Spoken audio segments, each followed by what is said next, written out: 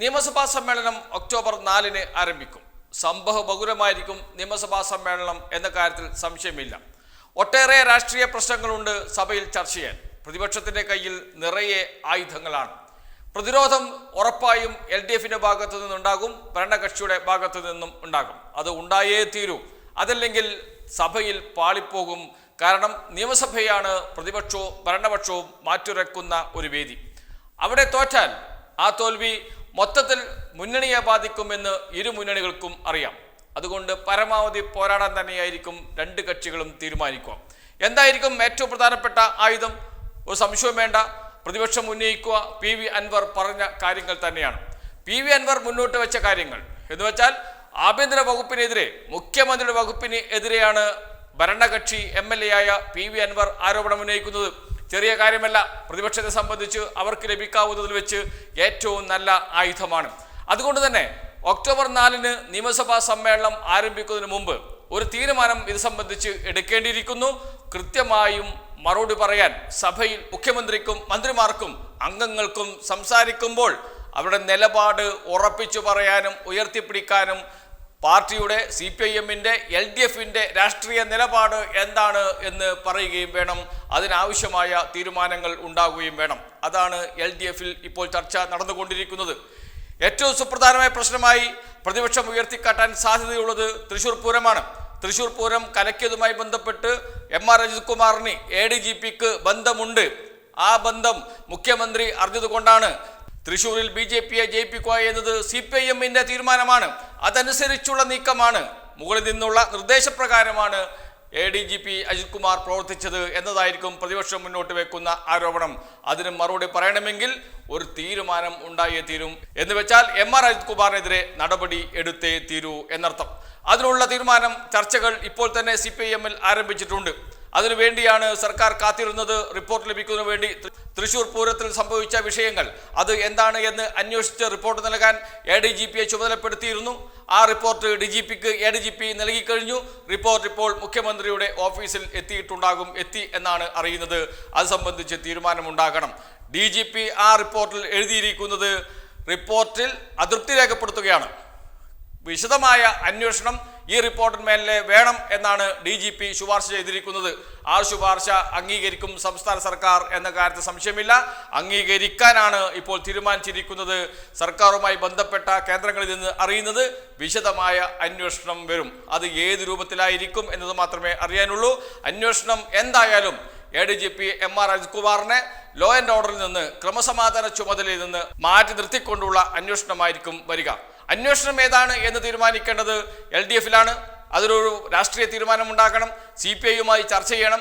CPIയും കൂടി വിശ്വാസത്തിൽ എടുത്തുകൊണ്ട് മാത്രമേ ഏത് അന്വേഷണം വേണമെന്ന് തീരുമാനിക്കുകയുള്ളൂ. പ്രതിപക്ഷം ആവശ്യപ്പെട്ടിരിക്കുന്നത് ജുഡീഷ്യൽ അന്വേഷണമാണ്. LDFും ആവശ്യപ്പെടുന്നത് CPIയും ജുഡീഷ്യൽ അന്വേഷണം എന്ന ആവശ്യമായിരിക്കും മുന്നോട്ട് വെക്കുക. പ്രതിപക്ഷം ആവശ്യപ്പെട്ട അന്വേഷണം ഇതാ ഞങ്ങൾ നടത്താൻ തീരുമാനിച്ചിരിക്കുന്നു എന്ന് പറഞ്ഞു കഴിഞ്ഞാൽ പ്രതിപക്ഷത്തിന്റെ ആയുധം ഇല്ലാതായിത്തീരും. പ്രതിപക്ഷം ഇനി PV അൻവർ പ്രശ്നം ഉയർത്തി നിയമസഭയിൽ ഒന്നും മിണ്ടാൻ കഴിയാത്ത അവസ്ഥ വരും. പ്രതിപക്ഷത്തിന്റെ വായടപ്പിക്കുന്ന തീരുമാനമായിരിക്കും അത്. അതുകൊണ്ട് ജുഡീഷ്യൽ അന്വേഷണം തന്നെ വരട്ടെ. സിറ്റിംഗ് ജഡ്ജി ആണെങ്കിൽ സിറ്റിംഗ് ജഡ്ജി, ഹൈക്കോടതി സിറ്റിംഗ് ജഡ്ജിയെ വിട്ടുതന്നാൽ സിറ്റിംഗ് ജഡ്ജി അന്വേഷിക്കും. അതല്ലെങ്കിൽ ജുഡീഷ്യൽ അന്വേഷണം റിട്ടയർഡ് ഹൈക്കോടതി ജഡ്ജിയെ കൊണ്ട് അന്വേഷിപ്പിക്കാം. ഈ തീരുമാനമായിരിക്കും ഉണ്ടാകാൻ പോകുന്നത് എന്ന വിവരമാണ് ലഭിച്ചിരിക്കുന്നത്. എന്ന് വെച്ചാൽ പ്രതിപക്ഷത്തിന്റെ ആവശ്യം ഞങ്ങൾ അംഗീകരിച്ചിരിക്കുന്നു. അതാണ് ഭരണപക്ഷം പറയാൻ പോകുന്നത്.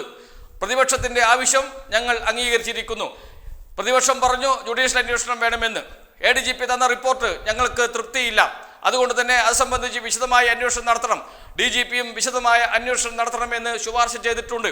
അതുകൊണ്ട് പ്രതിപക്ഷത്തിന്റെ ആവശ്യവും കൂടി കണക്കിലെടുത്ത് ജുഡീഷ്യൽ അന്വേഷണത്തിന് തയ്യാറാണ് സംസ്ഥാന സർക്കാർ എന്ന പ്രഖ്യാപനമായിരിക്കും ഒക്ടോബർ 4-ന് മുമ്പ് ഉണ്ടാകുക. ഒക്ടോബർ 4-ന് നിയമസഭാ സമ്മേളനം നടക്കുന്നു. 2-ാം തീയതി CPIMന്റെ പാർലമെന്ററി പാർട്ടി യോഗമുണ്ടാകും. 3-ാം തീയതി LDFന്റെ പാർലമെന്ററി പാർട്ടി യോഗമുണ്ടാകും. ഈ യോഗത്തിന് മുമ്പ് തന്നെ ഇത് സംബന്ധിച്ചുള്ള തീരുമാനമുണ്ടാകും എന്നാണ് LDF കേന്ദ്രങ്ങളിൽ നിന്ന് കിട്ടുന്ന വിവരം. അതിലൂടെ പ്രതിപക്ഷ ആരോപണങ്ങളുടെ മുനയൊടിക്കാൻ കഴിയുമെന്ന വിശ്വാസത്തിലാണ് ഭരണപക്ഷം ഇപ്പോഴുള്ളത്. ഇതിൽ ജയിച്ചു നിൽക്കുന്ന ഒരാളുണ്ട്, ആരും കാണാതെ പോകരുത്. PV അൻവർ MLA തന്നെയാണ്. PV അൻവർ MLA ഒക്ടോബർ 4-ാം തീയതി നിയമസഭയിലേക്ക് വരുന്നത് ഒരു ഹീറോ പരിവേഷവുമായിട്ടായിരിക്കും. അദ്ദേഹം പറഞ്ഞിടത്തെ കാര്യങ്ങളെത്തി. അദ്ദേഹം ആദ്യം ആരോപണം ഉന്നയിച്ചത് സുജിത് ദാസിനെതിരെയായിരുന്നു. മുൻ മലപ്പുറം എസ് പി നിലവിൽ സസ്പെൻഷനിൽ വരുമ്പോൾ പത്തനംതിട്ട എസ് പി ആയിരുന്ന സുജിത് ദാസ് സസ്പെൻഡ് ചെയ്തു, ഒരു വിക്കറ്റ് വീണു. രണ്ടാം വിക്കറ്റ് ശശിധരനെതിരെയായിരുന്നു. നിലവിലുള്ള മലപ്പുറം എസ് പി അദ്ദേഹത്തെ സ്ഥലം മാറ്റി, രണ്ടാമത്തെ വിക്കറ്റും വീണു. മൂന്നാമത്തെ വിക്കറ്റ് അത് എം.ആർ. അജിത് കുമാറിനെതിരെയായിരുന്നു. എം.ആർ. അജിത് കുമാറിനെ ക്രമസമാധാന ചുമതലയിൽ നിന്ന് മാറ്റുന്നതോടുകൂടി ആ പ്രശ്നവും തീരും. അതോടുകൂടി മൂന്നാമത്തെ വിക്കറ്റ് എന്തൊക്കെയാണ് ഉന്നയിച്ചത് പി വി അൻവർ അതൊക്കെ നടപ്പാകുന്നു എന്ന് വെച്ചാൽ പി വി അൻവർ വിജയ ശ്രീലാളിതനായിട്ടായിരിക്കും നിയമസഭയിലേക്ക് വരിക. അതോടൊപ്പം അത് ഇവിടെ നിന്നാണ് തുടങ്ങിയത്, അത് ഷയൻസ്കറിയയിൽ നിന്നാണ്, മറുനാടൻ മലയാളിയിൽ നിന്നാണ്. മറുനാടൻ മലയാളിയും എം.ആർ. അജിത് കുമാറും തമ്മിലുള്ള ബന്ധം, പണമിടപാട് നടന്നു എന്നതാണ് ആരോപണം. അത് സംബന്ധിച്ചും അന്വേഷിക്കുന്നു, വിജിലൻസ് ആണ് അന്വേഷിക്കുന്നത് എന്ന് വെച്ചാൽ വീണ്ടും ഷയൻസ്കറിയ അന്വേഷണ പരിധിയിൽ വരുന്നു, വിജിലൻസിന്റെ അന്വേഷണ പരിധിയിൽ വരുന്നു എന്നർത്ഥം. ആ അന്വേഷണം മുന്നോട്ട് പോകുന്നു. കൃത്യമായ രീതിയിൽ അന്വേഷണം മുന്നോട്ട് പോയാൽ സ്വാഭാവികമായും അതിലും ചില കാര്യങ്ങൾ പുറത്തു വരും എന്ന് തന്നെയാണ് പി വി അൻവർ വിശ്വസിക്കുന്നത്.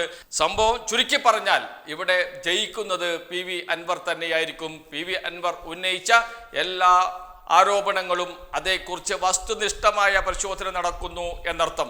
വസ്തുനിഷ്ഠമായ പരിശോധന നടക്കുന്നു എന്ന് പറയുമ്പോൾ തന്നെ ഭരണപക്ഷത്തിന് തലയുയർത്തി നിൽക്കാൻ കഴിയുന്ന അവസ്ഥ. നിയമസഭാ സമ്മേളനം ആരംഭിക്കുമ്പോൾ പ്രതിപക്ഷത്തിന് ഉന്നയിച്ച ആരോപണങ്ങളുടെ മുന ഒരൊറ്റ തീരുമാനത്തിൽ ഒടിഞ്ഞു പോകുന്ന സ്ഥിതി ഇതാണ് വരാൻ പോകുന്നത്.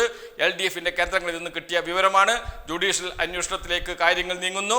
പി വി അൻവർ ഉന്നയിച്ച വിഷയങ്ങൾ സംബന്ധിച്ച് വിശദമായ പരിശോധന നടക്കും. ജുഡീഷ്യൽ അന്വേഷണം നടക്കുക തൃശ്ശൂർ പൂരം കലക്കിയതുമായി ബന്ധപ്പെട്ടാണ്. അതോടൊപ്പം തന്നെ നേരത്തെ പി വി അൻവർ ഉന്നയിച്ച പ്രശ്നങ്ങളുണ്ട്. അതുമായി ബന്ധപ്പെട്ട റിപ്പോർട്ട് ഏറ്റവും പെട്ടെന്ന് വേണമെന്ന് മുഖ്യമന്ത്രി ആവശ്യപ്പെട്ടിട്ടുണ്ട്. അതിൽ തുടരന്വേഷണം നടക്കും. ആ തുടരന്വേഷണം ഏത് രൂപത്തിൽ വേണം എന്ന് സംബന്ധിച്ചുള്ള തീരുമാനമുണ്ടാകും. ഏതായാലും ഒരു കാര്യം ഉറപ്പിച്ചു പറയാൻ കഴിയും, എം.ആർ. അജിത് കുമാറിനെ മാറ്റി നിർത്തിക്കൊണ്ടുള്ള അന്വേഷണമായിരിക്കും ഉണ്ടാകുക. M R. Ajith Kumar law and ഓർഡറിൽ ഉണ്ടാകില്ല, ക്രമസമാധാന ചുമതലയിൽ ഉണ്ടാകില്ല എന്നത് ഏതാണ്ട് ഉറപ്പായി കഴിഞ്ഞു.